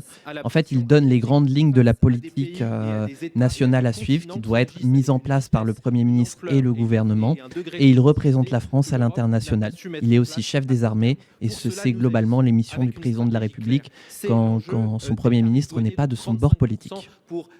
Pour stopper la concurrence déloyale portée par certains pays asiatiques en matière automobile. C'est le plan que nous portons aujourd'hui sous l'autorité du Premier ministre en matière d'acier, de sidérurgie et d'automobile au niveau européen avec des politiques sectorielles plus importantes. Ce sont les mesures que nous serons prêts à prendre en matière de sauvegarde pour préserver les industries. Vous en avez cité certaines qui sont aujourd'hui menacées par les pressions internationales. C'est aussi la stratégie nationale que nous portons sous l'autorité du Premier ministre avec l'idée de mieux financer notre industrie. L'industrie de demain avec les 1,5 milliard d'euros attribués à la décarbonation pour que les entreprises qui veulent développer de nouvelles capacités de production en France puissent le faire. C'est le projet de livret industrie qu'a annoncé le gouvernement dans la déclaration de politique générale du Premier ministre pour financer des emplois localement, des emplois qui vont durer, qui vont préserver. Pour cela, je suis sûr que nous pourrons Pour le compter coup, sur Antoine l'ensemble Armand, de il donne cette pléthore de assemblée dans le réponses. débat Ça se voit qu'il a budgétaire travaillé qui ses s'annonce. fiches. Mais disons-le En même temps, clairement, bon, il doit être si c'est pour interrogé voter des constamment dizaines là-dessus, de hein, milliards ça d'euros s'entend. d'impôts supplémentaires sur les entreprises, il y aura malheureusement, oui, des conséquences. Je vous remercie. Monsieur Cardon. Monsieur le ministre, ce que je remarque dans votre semblant de réponse, c'est qu'il n'y a pas de vision, pas d'ambition, pas de plan d'action, bref, pas de réindustrialisation demain. Oh, Et belle puis, homéoté, le puisque vous avez dit que le Premier ministre venait d'arriver. Effectivement, si on regarde les chiffres de la balance commerciale, les chiffres de 2017, c'est moins 22 moins 62 milliards, aujourd'hui c'est moins 98 milliards. Bref, ça c'était en 2017, mais ça c'était pas vous qui étiez au pouvoir certainement. La parole est maintenant à monsieur Olivier Paccaud Rémi Cardon pour le qui groupe Les met les Républicains. points sur les i. 15e question. Merci. Sénateur Madame la apparenté Les Présidente, Républicains. Monsieur le ministre chargé de la réussite scolaire. Olivier Paccaud. Si Marianne exerçait un métier, probablement serait-elle professeure. Tant République et école sont liées depuis 1880. Mais probablement serait-elle chagrinée par l'annonce de 4000 suppressions de postes. Ah. L'école, c'est la base de l'égalité des droits, de l'égalité des chances, partout et sur tout le territoire et pour tous. Et donc, il y a un petit malaise. Alors, monsieur le ministre, pensez-vous qu'avec 4000 postes en moins, notre pays puisse relever ces défis éducatifs, mieux encadrés pour Ouais, bien c'est énorme. et surtout C'est territoriaux. énorme. Parce que la ruralité va être saignée avec les 3/4 des fermetures qui concerneront les écoles primaires de nos campagnes. Pour vous On répondre, va avoir la de parole belles est à fermetures monsieur Alexandre Portier, d'écoles. Ouais. Ministre délégué chargé de la réussite scolaire et de l'enseignement professionnel. Merci Madame. Tiens, Njonte n'est pas là. Messieurs les sénateurs. Parce que c'est quand même une Monsieur question le qui sénateur relève Paccaud. surtout du ministère de l'Éducation Je nationale. voudrais d'abord pas du ministère remettre délégué. les choses un peu dans l'ordre. Évidemment, vous n'ignorez pas la situation budgétaire extrêmement difficile que nous connaissons, qui a été à très juste titre rappelée. Vas-y, par le vas-y, Premier dis-le ministre. qu'on supprime des postes parce Et qu'on n'a pas malgré les ça, thunes. On vous présente aujourd'hui le budget le plus Vas-y, élevé fais le de raccourci. l'histoire de l'école, ce qui est quand même un effort de la nation extrêmement important. C'est important de le rappeler. Est-ce que tout est parfait? Évidemment non. Et nous discuterons et nous travaillerons jusqu'à la dernière minute avec la ministre Njonte pour pouvoir améliorer ce budget et permettre d'engager tous les moyens qui seront les plus à même de faire réussir tous nos élèves. Ce débat budgétaire, nous l'aurons. On va faire réussir nos élèves en supprimant 4000 de postes. cette discussion qui sera importante pour notre Si vous voyez une incohérence, c'est que vous n'êtes pas du bon port politique. Défini, et vous le savez parce que vous connaissez bien le sujet. Vous êtes trop de gauche ou trop de droite. Reste surtout à définir leur juste organisation sur l'ensemble de nos territoires.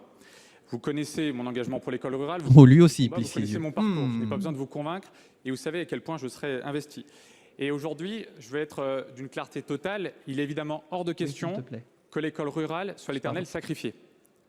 Hors de question qu'elle paye tout le prix des efforts qu'il doit y avoir à faire. Ouais, tiens, c'est Pour une raison intéressant. simple, c'est que l'école, c'est à la fois de la Alexandre pédagogie, mais c'est aussi de l'aménagement du Portier. territoire. Et tous ceux qui sont des élus ruraux, évidemment, le savent. Si il doit y avoir des efforts faits dans notre Ah bah pays, il est ils doivent être membre faits, des évidemment, LR, avec le il est sens de membre des l'équilibre. Les efforts Républicains. doivent être équilibrés. Il a 34 Et ils balais. doivent être aussi fait au regard d'une notion qui est éminemment importante, celle de la solidarité. Il est né le 21 avril nationale. Et ça passe 90, il est membre du évidemment Parti par l'école. républicain. Et donc, Il a fait ses études à Sciences vous le Po, dis, à l'ENS m'engagerai et à l'Institut personnellement catholique de pour que Paris. dans chacune des Il a décisions, été député de l'Assemblée nationale entre 2022 et 2024 jusqu'à la intra-académiques, à chaque fois, les choix sont les plus mesurés possibles. la Ils sont faits, dissolution. évidemment, avec Et voilà tout l'accord ce que j'ai et, comme information à son l'implication sujet dans des élus l'immédiat. locaux, parce qu'on tient à des questions qui engagent la vie et parfois la survie de nos communes. Mais je voudrais aussi rappeler que le gouvernement, dans ce budget, a engagé des moyens importants pour consolider et des moyens supplémentaires pour consolider l'école rurale. Je pense notamment aux 3000 places d'internat supplémentaires dans la ruralité qui consolident la vie de nos territoires. Je pense Bah oui, mais si les écoles elles ferment. ruraux, vous connaissez le dispositif et c'est avec cet état d'esprit que nous engagerons le budget, le débat sur le budget lundi. Je vous remercie. Monsieur Paccaud. Alors, Monsieur Paccaud Merci, est-il monsieur le convaincu? ministre, monsieur le professeur aussi.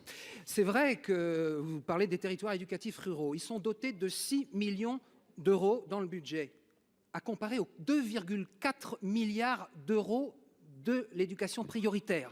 Il y a quand même une disproportion. La Ah oui, ruralité, effectivement. qu'on le veuille ou non, elle est maltraitée. Alors ce que nous allons vous proposer, nous, ce n'est pas de supprimer les 4000 réductions de postes. Non, c'est de passer à 2000. C'est Ah, la on reconnaît sagesse bien les LR. sénatoriale. Et vous parlez de la problématique budgétaire, on a une solution toute simple. Les 75 millions d'euros que coûte la préservation de ces 2000 postes, on va les prendre dans la hausse étonnante du pacte enseignant que les enseignants ne veulent pas. Merci. La parole est maintenant à monsieur Le Jean-Jacques pacte enseignant qui est donc un Panunzi pour le contrat, groupe Les une Républicains. proposition d'aménagement de mission des professeurs, Merci Madame la Présidente. dont effectivement le corps enseignant s'est ministre, déclaré très hostile La convention à ce sujet. tripartite relative au fonctionnement de l'Université de Corse pour la période Dernière 2023-2027 prévoyait une annexe financière consistant au versement complémentaire à la subvention pour charges publiques de 500 000 euros par an. L'État est donc tenu de verser à l'Université de Corse 2,5 millions d'euros sur Ça marche. 5 Eh ben, ans. merci d'être passé. N'hésite pas à me follow, bien sûr, Lumine, si tu veux avoir plus de contenu politique. Je fais beaucoup de pédagogie, donc c'est l'occasion d'avoir les réponses à tes Un des axes questions. prioritaires de la Convention est la construction Merci pour le follow, c'est très gentil. complet d'études médicales à Corté, où depuis 2004, il n'y a que la première année. Logiquement, on devrait avoir la deuxième année pour l'année 2025. Or, cette ouverture est pour l'heure bloquée, car elle est suspendue à l'accréditation du Conseil national de l'enseignement supérieur et de la recherche, Le CNESER. du diplôme de formation générale en sciences médicales. Cette accréditation, Madame la Ministre, est conditionnée à l'octroi de la masse salariale nécessaire, laquelle dépend de la subvention de 500 000 € que l'État n'a toujours pas versée, ni pour 2023, ni pour 2024. Donc, pour faire simple, le non-respect des dispositions prévues dans l'annexe financière de la Convention entrave la mise en œuvre d'un axe pédagogique stratégique considéré comme prioritaire dans la même Convention. Dans une île déjà sous-dotée en infrastructures sanitaires, je pense notamment à l'absence d'un PET scan. Reculer sur les études médicales à l'Université de Corté serait une régression sans précédent. Je souhaiterais donc savoir, Madame la Ministre, quelles sont les intentions de l'État, sachant que le versement de ces subventions, engagement contractuel pris par votre prédécesseur, permettrait de débloquer la situation, en précisant bien sûr que pour mettre en place une année dans les semaines à venir, sans quoi il sera trop tard pour la rentrée 2025. Pour vous répondre, la parole est à Madame Clara Chapas, secrétaire d'État chargée de l'intelligence artificielle et du numérique. Ah bon?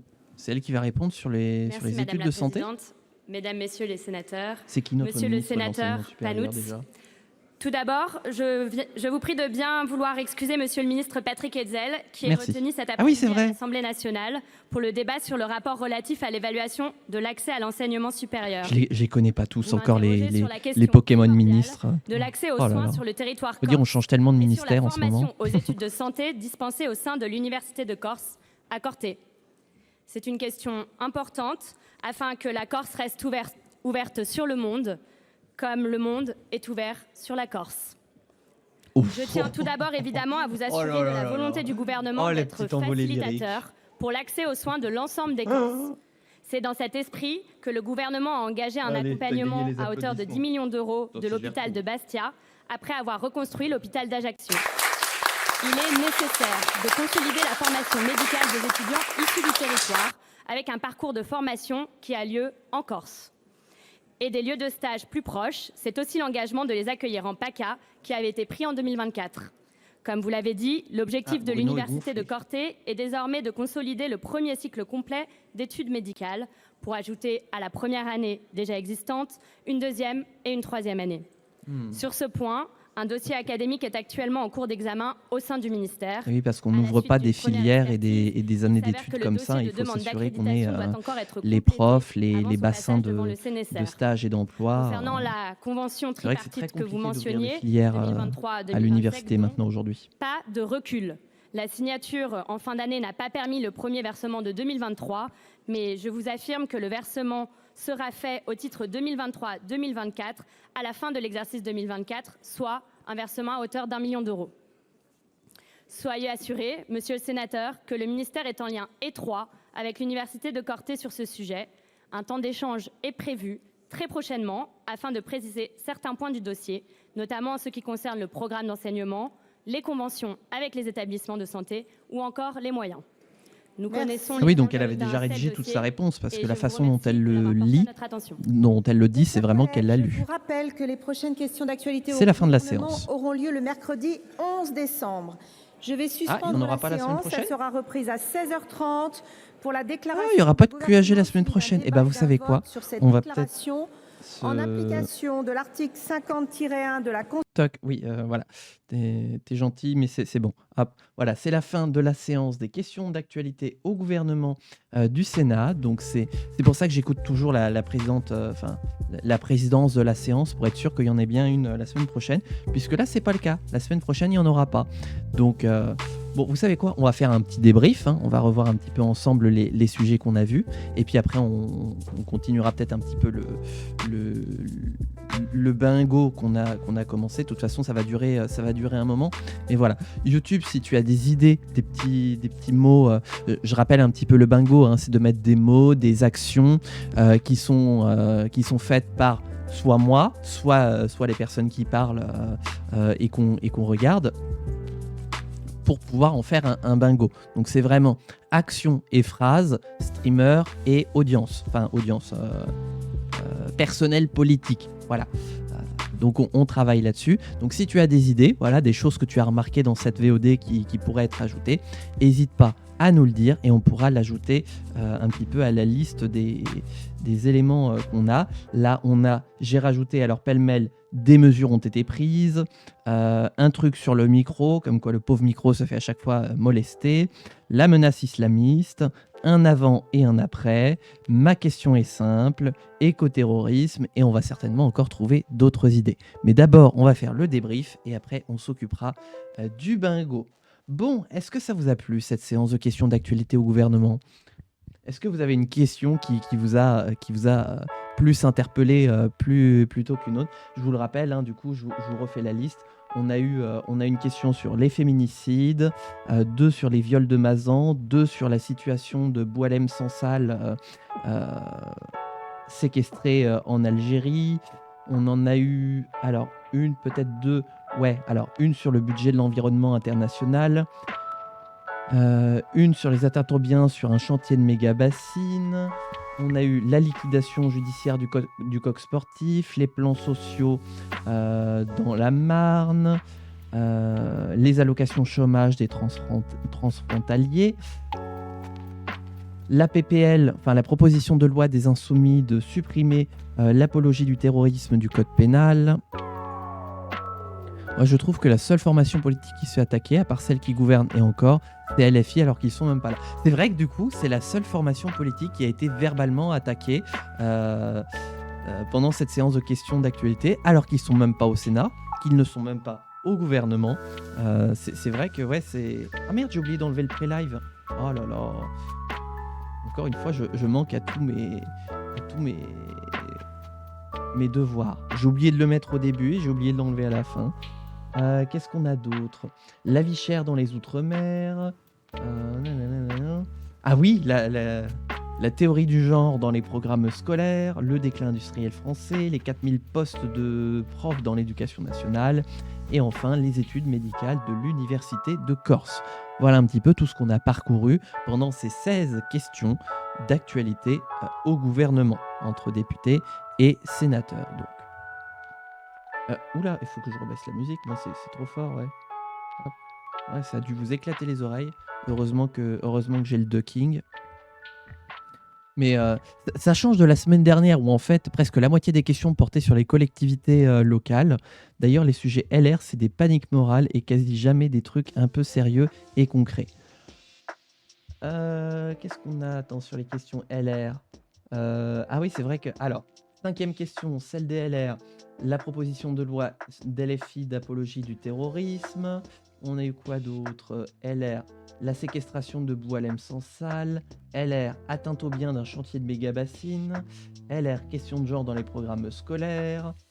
LR, suppression de 4000 postes dans l'éducation nationale. Et LR, les études médicales de l'Université de Corse.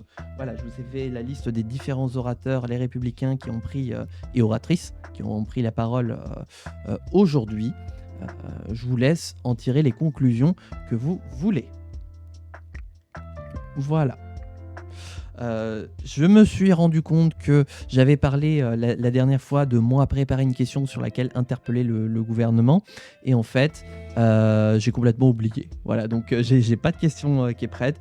Je vais essayer la prochaine fois de préparer une question sur laquelle interpeller le gouvernement. Voilà, faire une question orale sans débat, comme on les appelle à l'Assemblée nationale, voilà, où j'interpelle le gouvernement.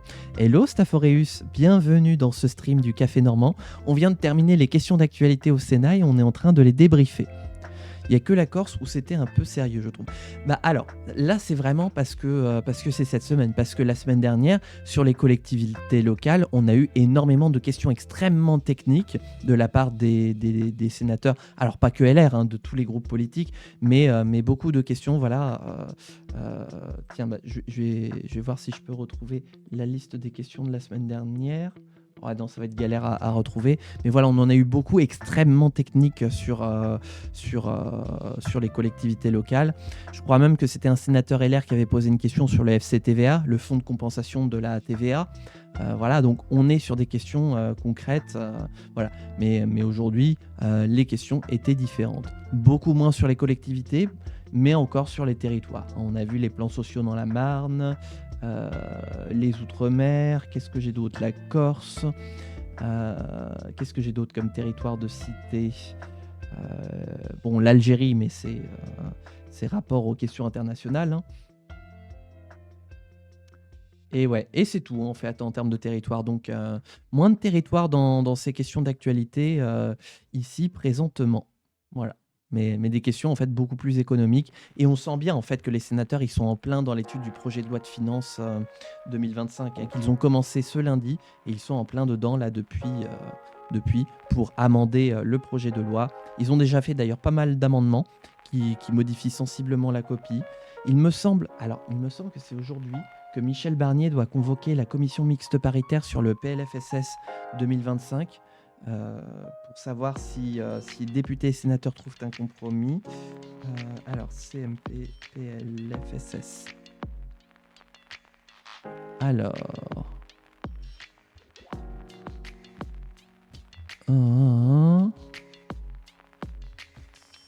se réunir aujourd'hui, effectivement. Ouais, il y a une première commission mixte paritaire qui se réunit pour travailler sur le PLFSS 2025. À voir si ça va être conclusif ou pas. Parce que si ça ne l'est pas, en fait, Michel Barnier devra convoquer le 49.3 et donc s'exposer à une motion de censure pour le projet de loi de financement de la sécurité sociale 2025. Et voilà, ici on sent des questions budgétaires. Budgétaire, ouais. Oui, d'ailleurs, en fait, c'est vrai que c'est très budgétaire. Parce que, alors, des questions budgétaires, on en a 1, 2, 3, 4, 5, 6, 7, 8. On en a 8 sur 16. La moitié des questions portaient sur des thématiques de près ou de loin qui relevaient du budget. Donc voilà, on sent bien que les sénateurs sont en plein dans leur étude du budget. Étude qu'ils vont reprendre normalement, alors peut-être ce soir ou alors demain matin. Parce que du coup, là, ils vont avoir un débat sur le Mercosur. De savoir s'ils sont pour ou contre le Mercosur. Je vous rappelle d'ailleurs que l'Assemblée nationale, hier, a voté contre le Mercosur. Est-ce qu'on a les résultats du vote d'ailleurs? Résultats... Vote pour Assemblée nationale. Hop. Alors, Assemblée nationale. Voilà. Toc. Alors, mardi 26 novembre, l'Assemblée nationale a débattu puis approuvé par un vote la déclaration du gouvernement portant sur les négociations en cours relatives au Mercosur. Nombre de votants 555, nombre de suffrages exprimés 554, pour 484, contre 70. Alors, donc ils ont approuvé la déclaration de politique du gouvernement qui consiste à demander à l'Union européenne de cesser les négociations du Mercosur dans l'attente d'un accord plus profitable pour l'avoir. Ah oui, ça c'était les questions d'actualité au gouvernement de la semaine dernière, d'hier, à l'Assemblée nationale. Ils ont fini à quelle heure? 6h? La séance a commencé à 15h. Ils ont fini à 19h? Ouais, c'est ça. Non? 15 plus 6, 21h. Ah ouais.